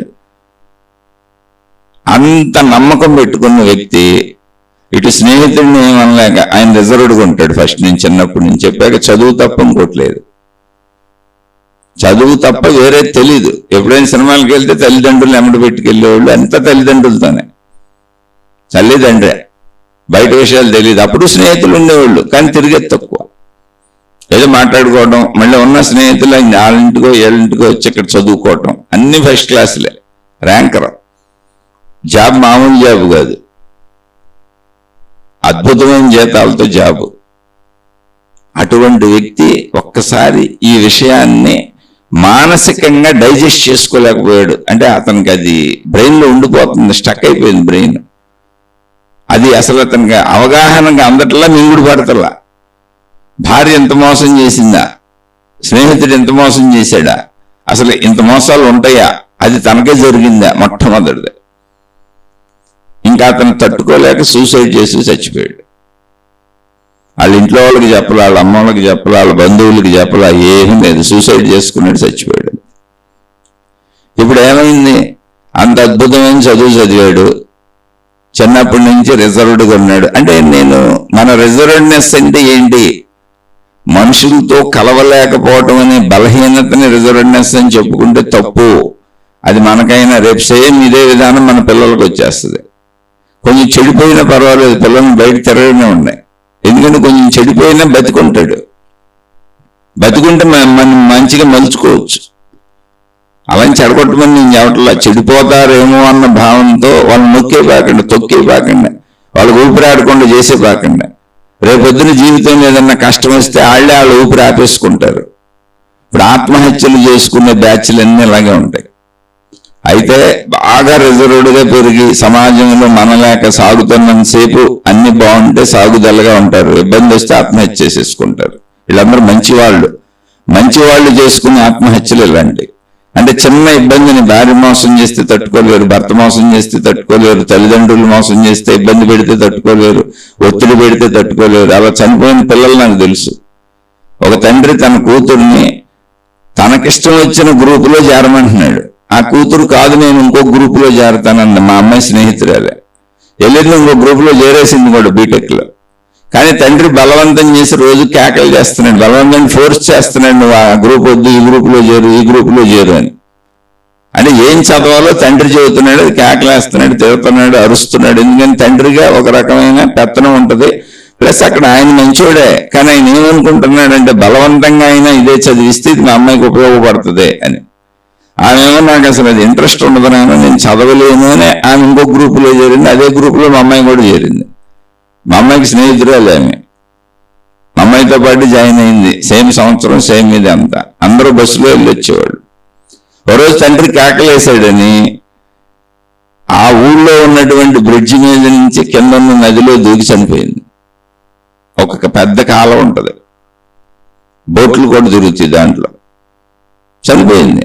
ఎందుకని తండ్రి చంపేశాడు. ఆ తండ్రి ఇప్పుడు పిచ్చోడు అయిపోయాడు. అంటే మొత్తం పిచ్చోడు అవ్వలేదు అనుకోండి, నేనే నా కూతుర్ని చంపేశానని బస్సుల దగ్గరికి వచ్చి మా అమ్మాయిని కాలేజీకి వెళ్తుంటే రోజు అక్కడ ఏడుస్తే చెప్పేవాడంట అందరికి. కొన్ని రోజులు వచ్చాడట, నేను చంపేశాను నా కూతుర్ని. ఇప్పుడు ఎవరైనా పిల్లల్ని కొంచెం తిడుతున్నా అక్కడ వాళ్ళకి చెబుతూ ఉంటాడు, వీళ్ళు ఏం అనబాకండి, నేను మా అమ్మాయిని చంపేసుకున్నాను. ఆ చంపక ముందు తెలియాలి. అందుకే ముందే కొన్ని విషయాలు మాట్లాడుకోవాలి. జ్ఞానం ఉంటుంది. చేతులు కాలేక ఆకులు పట్టుకుంటే ఉపయోగం లేదు. అలా పిల్లల్ని విపరీతమైన ఫోర్స్కి గురి చేయకూడదు. కొంతవరకు చెప్పొచ్చు, తప్పు లేదు. కొంతవరకు చెప్పి నీకు ఎప్పుడు మేము స్వేచ్ఛ ఇస్తున్నాము, మా ఉద్దేశం ఇది, నీకు ఎలా కావాలంటే అలా చేసుకొని స్వేచ్ఛ ఇస్తున్నామని చెప్పాలి. స్వేచ్ఛ లేదు, పంజరంలో ఉన్నాను అనుకుంటే మంచి వాళ్ళు కూడా ఆత్మహత్యలకు వెళ్ళిపోతారు, సూసైడ్ టెండెన్సీలకు వెళ్ళిపోతారు. ఆత్మహత్యలకు ఒకవేళ వెళ్ళి చేసుకోకపోయినా ఫోబియోలకు అలవాటు అయిపోతారు, డిప్రెషన్లకు వెళ్ళిపోతారు. ఏదో ఒక ఫోబియోలు అలవాటు చేసుకుంటారు, ఒక రకమైన భయానికి లోనైపోతూ ఉంటారు. ఇక మా వల్ల ఏమి కాదు, మేము బలహీనలు అనుకుంటూ ఉంటారు. ఇవన్నీ మానసిక వ్యాధులు. కొన్ని వందల వేల రకాలు ఉన్నాయి మానసిక వ్యాధుల్లో. అందుకని రిజర్వ్డ్నెస్ అనే దానికి అర్థం ఏంటి? నేను ఏదైనా చేయగలను, ఎలాగైనా ఉండగలను. కావాలంటే ఇప్పుడు వెళ్ళిపోయి ఆ స్నేహితులతో అందరితో పార్టీలో ఫంక్షన్లో డ్యాన్సులు వేయగలను. నాకు చెడు కూడా తెలుసు, పబ్బులకి వెళ్ళగలను, డ్యాన్సులు వేయగలను. కానీ నేను ఇయ్యను, ఎందుకంటే నేను మంచిగా జీవించాలనుకుంటున్నా. నా దగ్గర ఏ సమర్థత అయినా ఉంది. నా పనులన్నీ నేను చేసుకోగలను, మా పిల్లల్ని పెంచుకోగలను, చక్కగా అవసరమైతే పెళ్లిళ్ళు, ఫంక్షన్లు, పార్టీలు అన్నింటిలోకి వెళ్ళగలను, అక్కడ అందరితో సరదాగా ఉండగలను. అత్యవసరం తప్పదనుకున్న ప్రతి దాంట్లోనూ నేను చక్కగా పార్టిసిపేట్ చేయగలను. కానీ నేను రిజర్వ్డ్గా నన్ను నేను ఉంచుకుంటున్నాను. ఎందుకు ఉంచుకుంటున్నాను అంటే నా స్పిరిచువల్ డెవలప్మెంట్ కోసం, నేను ప్రశాంతంగా ఉండటం కోసం, నేను చెడు చేయకుండా ఉండటం కోసం, నాలో మంచిని పెంచుకోవటం కోసం, నా తపస్సు కోసం, నా ధ్యానం కోసం, నా ఆధ్యాత్మిక అభివృద్ధి కోసం, నా సెల్ఫ్ ఎంక్వైరీ కోసం, నా సెల్ఫ్ రియలైజేషన్ కోసం, నేను మామూలు భౌతిక జీవితంలో చెడుని పోగొట్టుకొని మంచిగా ఉండటానికి అంతర్ముఖుడము అవటం కోసం. అయితే ఓకే, అందులో నో ప్రాబ్లం. ఇప్పుడు మీరు శ్రీకృష్ణ భగవాను చూడండి. చిన్నప్పుడంతా శ్రీకృష్ణ భగవానుడు మొత్తం గోపికలతో అల్లరే ఉంటది. చిన్నతనం అంతా అల్లరి చేశారు. అల్లరి ఏంటంటే ముద్దుతో కూడిన అల్లరి. చిన్న పిల్లోడు ఏముంది అల్లరి చేయడానికి? 7-8 ఏళ్ల పిల్లోడు ఎంత అల్లరి చేస్తే ఏమైంది? 10 ఏళ్ళ పిల్లలు అవి అన్న దొంగలించేయటం, వాళ్ళింటో వీళ్ళింటో ఫ్రెండ్స్ అంతా అందరితో కలిసి తిరగటం, వాళ్ళందరూ వచ్చి ఈయన మీద కంప్లైంట్లు ఇవ్వటం. అది కూడా అంత ముద్దుగా కృష్ణుడి బాల్య క్రీడలన్నీ ముద్దుగా ఉంటాయి. అంటే ఏంటి? అలా సహజ జీవితం అలాగే సాగాలి పిల్లలకి. ఇప్పుడు అవి అన్న దొంగలించటం అనేది మనకి దొంగతనంగా కనపడుతుందేమో కానీ అది పెద్ద విషయం కాదు అసలు. అంటే దొంగలించమని కాదు చెప్పేది. పిల్లలతో కలిసి ఆడుకోవాలి. అందులో చిన్నవి చేస్తారు. పక్కింటి వాళ్ళు చెట్టు కాయలు కనపడితే కోసేసుకుంటారు, ఏదో పక్కింట్లో ఏదో కనపడితే తీసుకొస్తారు. అది విలువైనవి కాదు, చిన్నవి సరదాకి అలా అందరూ చేస్తారు. అంటే ఏంటప్పుడు సమాజంలో బ్రతకటం వస్తుంది నీకు. పక్కిళ్ళు, ఎదురిల్లు, ఆ ఇల్లు, ఈ ఇల్లు. అప్పుడు నీకు ఇంకోటి కూడా తెలుస్తుంది. పక్కింటి గోడ దూకి ఆ కాయ కోస్తాం అనేది తెలిసినప్పుడు మన ఇంటి గోడ కూడా ఎవరైనా దూకొచ్చు అనే విషయం తెలిసినప్పుడు జాగ్రత్త వస్తుంది. పక్కింట్లోకి వెళ్ళి ఏదో ఎత్తుకొచ్చాం, లేదా పక్కింటి వాళ్ళ అమ్మాయితో సైట్ కొట్టి కబుర్లు చెప్పాం. టీనేజ్లో ఉన్న వాళ్ళందరూ ఏ చేస్తారు, పక్కింటి అబ్బాయితో సైట్ కొట్టి కబుర్లు చెప్తున్నాం అన్నప్పుడు మన ఇంట్లో వాళ్ళకు కూడా ఎవరైనా సైట్ కొట్టొచ్చు, కబుర్లు చెప్పొచ్చు అనే విషయం తెలిసినప్పుడు నీ ఇంటి వాళ్ళందరినీ జాగ్రత్త పెట్టుకుంటావు. నువ్వు స్త్రీ అయితే మీ ఇంట్లో పురుషులందరినీ జాగ్రత్త పెట్టుకుంటావు, నువ్వు పురుషుడు అయితే నీ ఇంట్లో స్త్రీలందరినీ జాగ్రత్త పెట్టుకుంటావు. ఎవరు సైట్ కొడుతున్నారు, ఎవరు సైట్ కొడతలేదో తెలుసుకుంటావు, లేకపోతే కాపురాలు కూలిపోతాయి. అలా కూలిపోయిన కాపురాలు నాకు బోర్డు తెలుసు. అక్రమ సంబంధాలతో కూలిపోయిన కాపురాలు తెలుసు, అక్రమ సంబంధాలతో సాగుతున్న కాపురాలు తెలుసు. ఇక ఏమీ చేయలేక సర్దుకొని బతుకుతున్న వాళ్ళు కూడా ఉన్నారు, పిల్లలు దెబ్బతింటారు కాదని విడిపోయిన వాళ్ళు ఉన్నారు. అసలు అక్రమ సంబంధాలు అక్రమ సంబంధం మా ఇంట్లో నడుస్తుంది, నా భార్య ఎవరితోనో గడుపుతుందని తెలియని భర్తలు ఇప్పటికే చాలా మంది ఉన్నారు. నాకు తెలిసిన భర్తలే ఉన్నారు. ఆ భర్తకి తప్ప అందరికీ తెలుసు, ఊరంతా తెలుసు. అలాగే ఆ భార్యకి తప్ప ఊరంతా తెలుసు. ఆ భర్త అక్రమ సంబంధం పెట్టుకున్నాడు, ఎక్కడ ఇంకో ఇల్లు కూడా పెట్టాడు, కానీ ఆ భార్యకి తెలియదు, మిగిలిన అందరికీ తెలుసు.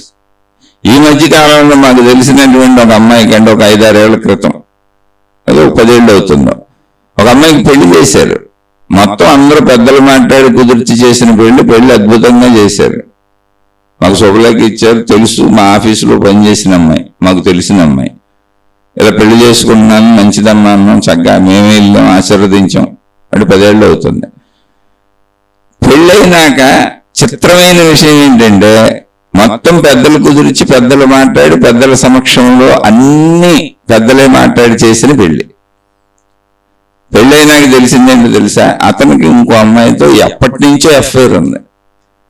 ఎప్పటి నుంచో ఆథరైజ్డ్ పిల్లడం ఆ అమ్మాయి, ఆ ముందమ్మాయి. కానీ ఆ అమ్మాయిలు వేరే క్యాస్ట్ అవడం వలన వాళ్ళ ఇంట్లో వాళ్ళు ఇంటర్ క్యాస్ట్ మ్యారేజ్ ఒప్పుకోలేదు. వాళ్ళకి ఇంట్లో వాళ్ళందరికీ తెలుసు, పెళ్లి కొడుకు ఇంట్లో వాళ్ళందరికీ తెలుసు వాళ్ళ కొడుకు అక్రమ సంబంధం ఉందని. అతను సాఫ్ట్వేర్ ఇంజనీర్. వాళ్ళిద్దరూ ఎప్పటి నుంచో ప్రేమించుకుంటున్నారు, కలిసి తిరుగుతున్నారు, లివింగ్ రిలేషన్లో ఆల్రెడీ ఉన్నారు సంవత్సరాల నుంచి. కానీ పెళ్లి చేసుకోవడానికి ఇంట్లో వాళ్ళు ఒప్పుకోవట్లే. అమ్మాయి వేరే క్యాస్ట్, వీళ్ళకంటే కొంచెం తక్కువ కులం. ఆ కులపు అమ్మాయిని తెచ్చి మన ఇంట్లో పెడతావా, కావాలంటే ఉంచుకో నువ్వు అని చెబుతున్నారు. ఆ అమ్మాయి అలా ఉంచుకోవడానికి ఇష్టపడింది, ఇతను ఉంచుకోవడానికి ఇష్టపడ్డాడు. ఇంట్లో వాళ్ళు సలహా ఇచ్చారు, మన కులపు అమ్మాయిని ఇంకో అమ్మాయిని ఆథరైజ్డ్గా పెళ్లి చేసుకో, చుట్టూ ఉన్న బంధువులు వీళ్ళు అందరూ మరి చెప్పాలి కదా, గౌరవాలు పోతాయి మనకి, నీకు పెళ్లి అవ్వట్లేదు అనుకుంటున్నారు అందరూ. వాళ్ళ బంధువుల్లో చాలా మందికి తెలుసు.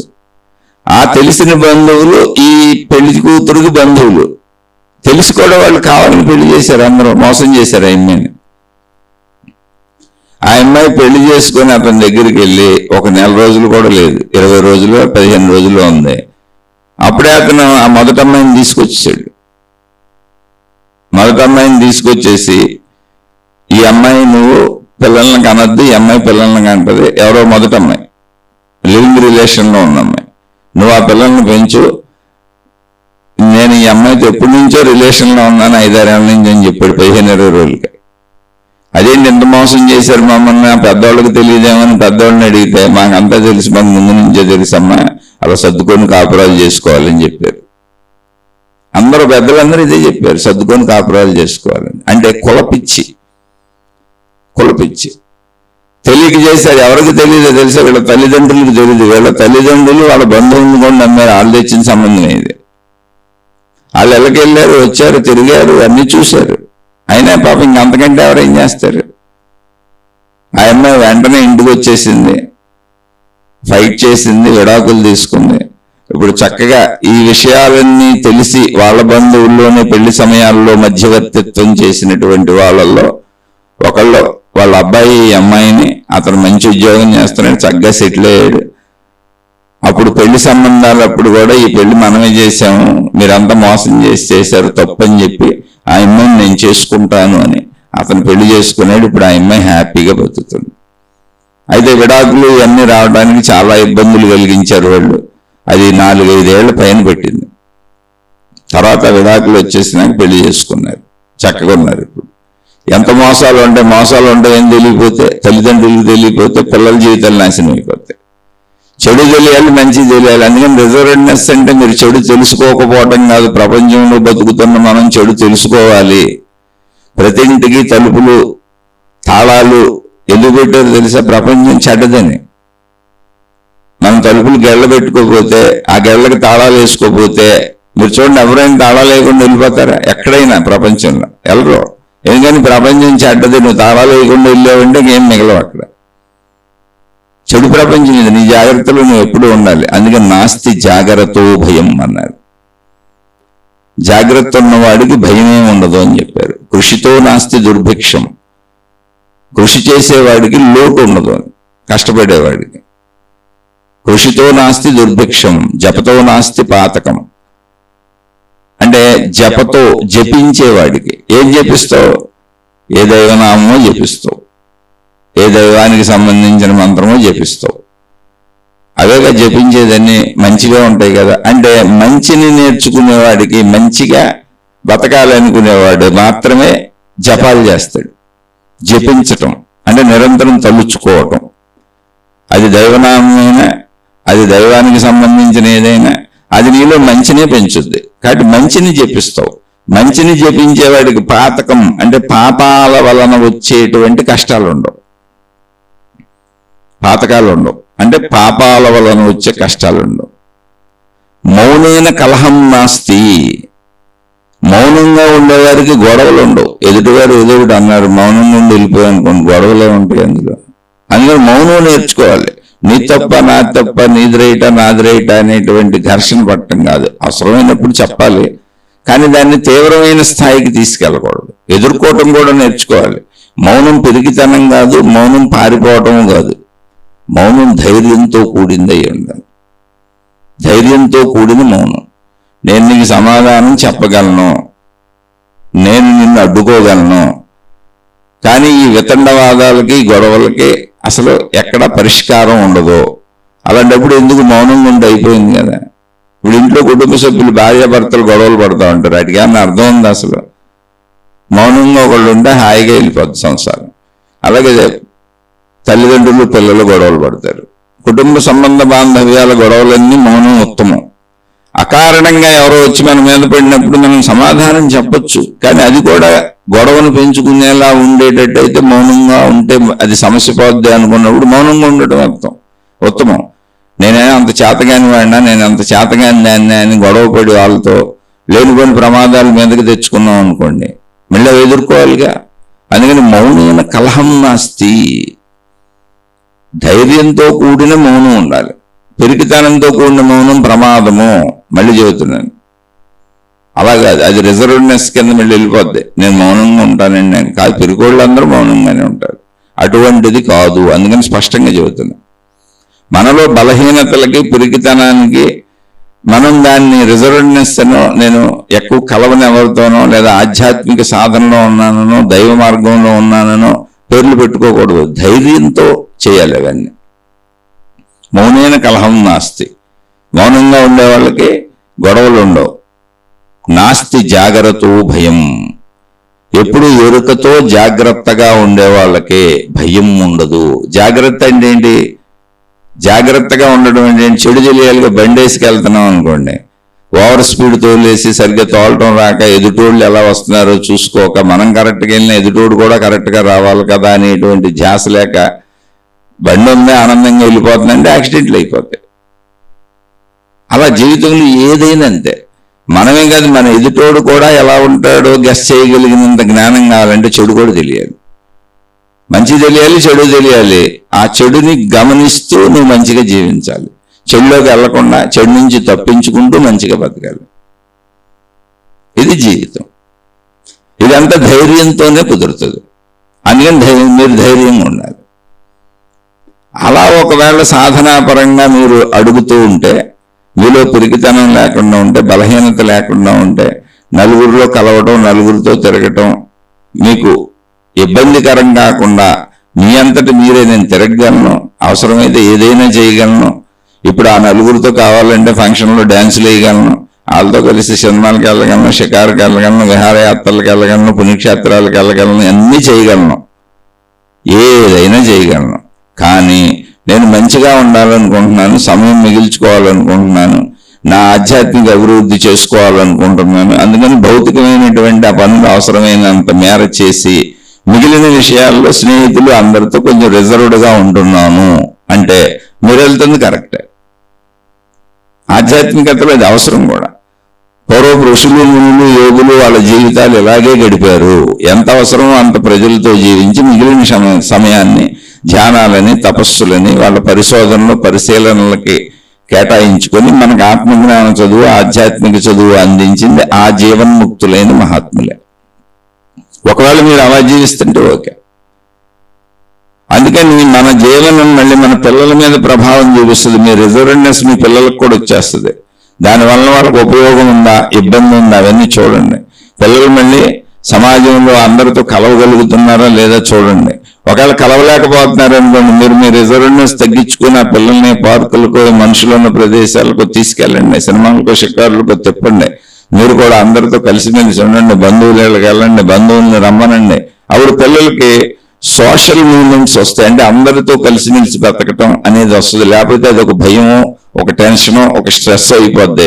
అలాంటి వాళ్ళు మా ఇంట్లోనే ఉన్నారు. వాళ్ళు జీవితం మొత్తం ఎండపడకుండా గడిపేస్తున్నారు. బయటకు వెళ్ళాలంటే జబ్బులు వచ్చేస్తున్నాయి, రోగాలు వచ్చేస్తున్నాయి, ఇబ్బంది వస్తున్నాయి, నిజంగా వస్తున్నాయి.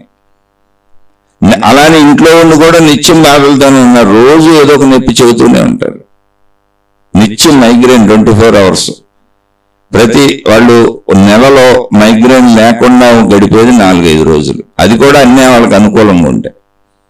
లేకపోతే నిరంతరం మైగ్రేన్, నిరంతరం నొప్పులు, నిరంతరం బాధలు, నిరంతరం ఇబ్బంది. అన్నీ శారీరక మానసికమే. అది తెలిసి నీకు శారీరక మానసికం చెబుతున్న వాళ్ళు బయటకు రాలేని స్థితిలో ఉన్నారు. ఎందుకనంటే చిన్నతనంలోనే 5-6 ఏళ్ల వయసులో స్కూల్కి వెళ్ళడానికే టెన్షన్, భయం, స్ట్రెస్. అలా అని పాపం దింపడానికి ఎవరు లేరు ఇంట్లో. వాళ్ళ అమ్మగారికి దింపాలని కూడా తెలియదు ఆవిడ ఉండగానే. అంటే పిల్లల్ని గమనించటం అసలు వాళ్ళకి అలవాటే లేదు. వాళ్ళు కూడా వాళ్ళు అలాగే కూర్చుంటారు ఇంట్లో. ఎంత ఉండి కూర్చోవటమే. నిరంతరం ఆ రేడియోలు పెట్టుకోవటం, టీలు పెట్టుకు తాగటం, ఏదో పుస్తకాలు రాసుకోవటం, ఏదో పుస్తకాలు చదువుకోవటం. మేము పండితులు, మేము జ్ఞానులు అని వాళ్ళ ఇంట్లో వాళ్ళే అనుకుంటూ ఉంటారు కూర్చొని. రెండో వాడితో సంబంధం లేదు అసలు. అటువంటి స్థితి. అసలు నాకు ఇలా టెన్షన్గా ఉంది, స్ట్రెస్గా ఉందని చెప్పాలని కూడా తెలియదంట తల్లిదండ్రులకి. అడిగా నేను. మా వాళ్ళే నాతోనే ఉంటారుగా. అంటే నాకు తెలియదు అసలు అలా చెప్పాలని. రోజు భయపడుతూ వెళ్ళి భయపడుతూ వచ్చేదాన్ని. 3 సార్లు దారులు తప్పిపోయి ఏడుస్తుంటే ఎవరొకళ్ళు మా ఇంటికి తీసుకెళ్ళేవాళ్ళు. ఏంటి 2 సందుల అవతల ఉన్న ఇల్లే గుర్తుపట్టలేకపోతున్నారు వాళ్ళు. అంత స్ట్రెస్కి లోనవుతున్నారు. రేపు మనకి రిజర్వ్నెస్ మన చుట్టూ ఉన్న వాళ్ళ మీద, మన కుటుంబ సభ్యుల మీద ఎలా పడుతుంది, మన పిల్లల మీద ఎలా పడుతుంది, మనం అసలు అది బలహీనతతో ఉంటున్నామా, భయంతో ఉంటున్నామా, అది ఫోబియోనా, లేదు మన ఆధ్యాత్మిక అభివృద్ధి కోసం నేను మామూలుగా ఇప్పుడైనా ఏదైనా చేయగలను, ఏదైనా ఎన్ని గంతులైనా వేయగలను, ఎన్ని ఎగురుళ్ళైనా ఎగరగలను, అవన్నీ చూసేసాను, నాకు ఆ చెడులు కూడా తెలుసు, ఆ గంతులు కూడా తెలుసు, ఆ విషయాసక్తులు కూడా తెలుసు. కానీ నన్ను నేను రిజర్వ్డ్గా ఉంచుకుంది కేవలం నా ఆధ్యాత్మిక అభివృద్ధి కోసం, భౌతికంగా మంచిగా బతకటం కోసం నా సమయాన్ని మిగిల్చుకుంటున్నాను. ఆ మిగిల్చుకున్న సమయంలో మంచిగా ఉండటానికి, ఆధ్యాత్మిక అభివృద్ధికి సాధన చేసుకుంటున్నాను అంటే మీరు వెళ్తున్న మార్గం అత్యద్భుతమైంది. అది ఋషుల మార్గం, మునుల మార్గం, ప్రొసీడ్ అయ్యవచ్చు. కానీ మానసికంగా మాత్రం గమనించుకోండి. ఇంకా ఏమైనా సందేహాలు ఉంటే అడగండి, తప్పకుండా మాట్లాడుకుందాం. భౌతికం వేరు ఆధ్యాత్మికం వేరు అని అనుకోబాకండి. శరీరం బాగుండాలి, మనసు బాగుండాలి, శారీరక మానసిక ఆరోగ్యాలు బాగున్నాక కుటుంబం బాగుండాలి, కుటుంబ సభ్యులందరితో సంబంధ బాంధవ్యాలు బాగుండాలి, అది కుటుంబం బాగుండాలి, తర్వాత సమాజంతో అందరితో మంచిగా ఉండాలి. ఎందుకంటే మనం సమాజంలోనే బతుకుతాం కాబట్టి సమాజంతో మన రిలేషన్స్ బాగుండాలి. ఇవన్నీ బాగుంటూ మన ఆర్థిక స్థితిగతులు ఉంచుకోవాలి. ఉన్న దాంట్లో జాగ్రత్తగా గడపాలి. అప్పులు సప్పులు చేయకూడదు. అధికమైన ధనలాలస కోసం తప్పులు చేయకూడదు. ఇవన్నీ చూసుకోవాలి. అలా చూసుకుంటూ జీవితాన్ని ముందుకు గడుపుకుంటూ వెళ్ళటమే ఆధ్యాత్మికము. అంతకంటే ఆధ్యాత్మికం అనేది ఇంకేమీ లేదు. ఇది ఆధ్యాత్మిక సాధన అయిపోద్ది. శారీరక ఆరోగ్యం, మానసిక ఆరోగ్యం, కుటుంబిక స్థితి సంతోషం, కుటుంబం సంతోషంగా ఉండేలా, సమాజంలో ఎప్పుడూ సంతోషంగా ఉండేలా, హాయిగా ఉండేలా, ఇవన్నీ చక్కగా పెట్టుకొని ఆర్థిక స్థితిగతులు ఉన్నదాంతో సంతృప్తిగా ఉండేలా, అధిక ఆశలతో తప్పులు చేయను, అధికం కోసం ప్రయత్నించుకుని ఇష్టం అది, కానీ తప్పు మార్గంలోకే తెలను, లేదా ఉన్నదానితో చక్కగా నా కష్టంతో దొరికిందంతో తృప్తిగా హాయిగా బతుకుతాం. ఆ తర్వాత ఆధ్యాత్మిక సాధన. అసలు బతకటమే ముందు ఆధ్యాత్మిక సాధన.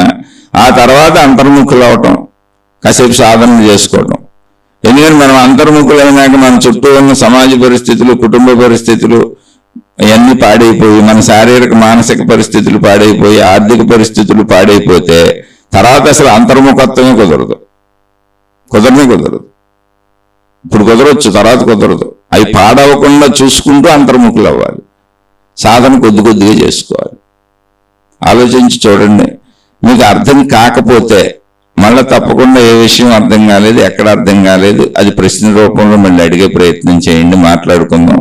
భౌతికము ఆధ్యాత్మికము ఒకటే. భౌతికం బాగుంటేనే ఆధ్యాత్మికంలో ముందుకెళ్ళడం కుదురుతుంది. అందుకని భౌతిక విషయాలలో మన ప్రవృత్తులు, మన మానసిక స్థితిగతులు, మన కుటుంబ స్థితిగతులు, మన ఆర్థిక స్థితిగతులు అన్నీ చూసుకోవాలి, అన్నీ మాట్లాడుకోవాలి. ఒకవేళ ఏదైనా ఫోబియాలు ఉంటే వాటిలోంచి బయటికి రావాలి. మన మనోబలహీనతల నుంచి బయటకు వచ్చి మనోబలాన్ని తెచ్చుకోవాలి. అందుకు జ్ఞానాన్ని ఉపయోగించుకోవాలి. మనోబలం లేని వాళ్ళు ఆధ్యాత్మికతలో ముందుకు వెళ్ళలేరు. పిరికి వాళ్ళకే ఆత్మజ్ఞానము రాదు. మీరు వినొచ్చు, చెప్పుకోవచ్చు, ట్రై చేయొచ్చు. పిరికి వాళ్ళు ఆత్మజ్ఞానాన్ని పొందలేరు. అసలు వివేకానందుడు చెబుతాడు, పిరికితనమే మరణము, మరణము నిజమైన మరణం కాదు, పిరికివాడు రోజు చస్తూ బతుకుతూ ఉంటాడు.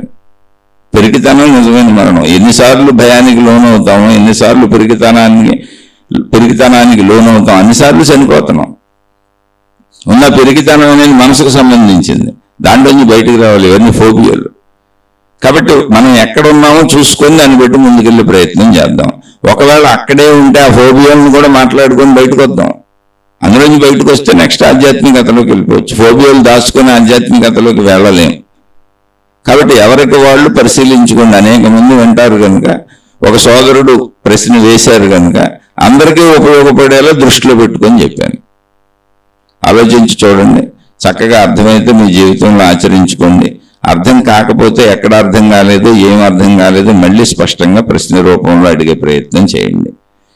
ఇక ఇది నచ్చని వాళ్ళు, నేను నచ్చని వాళ్ళు, నేను చెప్పేది నచ్చని వాళ్ళు, అకారణ ద్వేషాలు పెంచుకునేవాళ్ళు, అమ్మ మీ పాదాలకు నమస్కారం, అయ్యా మీ పాదాలకు నమస్కారం. నేను అసలు ఎవరికి అడ్డు కాదు, ఎవరికి అడ్డు రాను. నా జీవితంలో నేను అసలు ఎటువంటి పేరు ప్రఖ్యాతుల కోసమో నేను గురువునో స్వామినో కాని కాదు. పేరు ప్రఖ్యాతుల కోసం అసలు చెవటలేదు. అందుకని నా బొమ్మ లేదు, నా పేరు లేదు, నా ఊరు లేదు. కాబట్టి మీరెవరో నా మీద అకారణ ద్వేషాలు పెంచుకోక్కర్లా. నేను మీలాగా కీర్తి ప్రతిష్టలు పెంచుకునే ప్రయత్నం చేయను, అసలు పెంచుకోను. ఎప్పటికీ నేనే సమూహాన్ని ఏర్పరచను, ఎప్పటికీ ఇటువంటివి ఏమీ చేయను. అందువలన ప్రశాంతంగా నచ్చని వాళ్ళందరూ మీ మార్గాల్లో మీరు వెళ్ళిపోండి. అసలు నేను ఎవరినో తెలియజేసే ప్రయత్నం కూడా బహుశా చేయకపోవచ్చు. నేను ఇప్పుడైతే చేయట్లేదుగా. కాబట్టి నచ్చని వాళ్ళు మీ మార్గాల్లో మీరు హాయిగా వెళ్ళిపోండి. నేను అతి సామాన్యుణ్ణి, ఈ సామాన్యుడితో ఈ బచ్చగాడితో మనకేంటనుకుని హాయిగా ముందుకెళ్ళిపోండి మీ మార్గాల్లో, మీకు నచ్చిన విధానాల్లో. ఇలా ఎందుకు చెబుతున్నాడు అని కొత్త వాళ్ళు, నేను తెలియని వాళ్ళు అనుకోవచ్చు. నేను తెలిసిన వాళ్ళకి ఇది అర్థమవుతుంది, నాకు అర్థమవుతుంది. అలా అకారణ ద్వేషాలు పెంచుకునేవాళ్ళు నా చుట్టూ చాలా మంది ఉన్నారు, ఒకళ్ళిద్దరు కాదు. అందుకని వాళ్ళందరికీ నేనే చెబుతున్నా, మౌనేన కలహం నాస్తి. మౌనంగా ఉంటే కలహం ఉండదు. నేను మౌనంగానే ఉంటాను. ఇక్కడికి ఈ శీర్షికను ముగించుకుంటున్నాం. శుభమస్తు. మీకు మీ కుటుంబ సభ్యులకు మేలు చేకూరుగాక. మరలా మరొక కొత్త శీర్షికతో కలుసుకుందాం.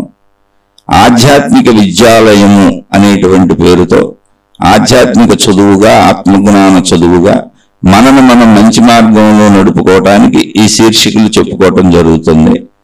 ఆధ్యాత్మిక విద్యాలయము అంటే అసలు ఏమిటి అనేదాన్ని డివైన్ ప్లానెట్ ఛానల్లో 1920వ శీర్షికగా ఆధ్యాత్మిక విద్యాలయము అనే పేరుతోనే చెప్పాను. ఆధ్యాత్మిక చదువు అనే ఛానల్లో 140వ శీర్షికగా ఆధ్యాత్మిక విద్యాలయము అనే పేరుతోనే చెప్పాను. ఆసక్తి ఉన్నవాళ్ళు ఆ శీర్షికలు కూడా వినండి. 2 శీర్షికలు 2 ఛానల్స్లో ఒకే శీర్షిక, అది అందులో సబ్జెక్ట్ ఒకటే. అందుకని మీరు ఎందులో విన్నా పర్వాలేదు. ఆసక్తి ఉన్నవాళ్ళు అది కూడా వినండి. విన్నవాళ్ళు, ఈ శీర్షిక విన్నవాళ్ళు, ఆ శీర్షిక విన్నవాళ్ళు మీ అభిప్రాయాలను కామెంట్ల రూపంలో తెలియచేయండి. శుభమస్తు.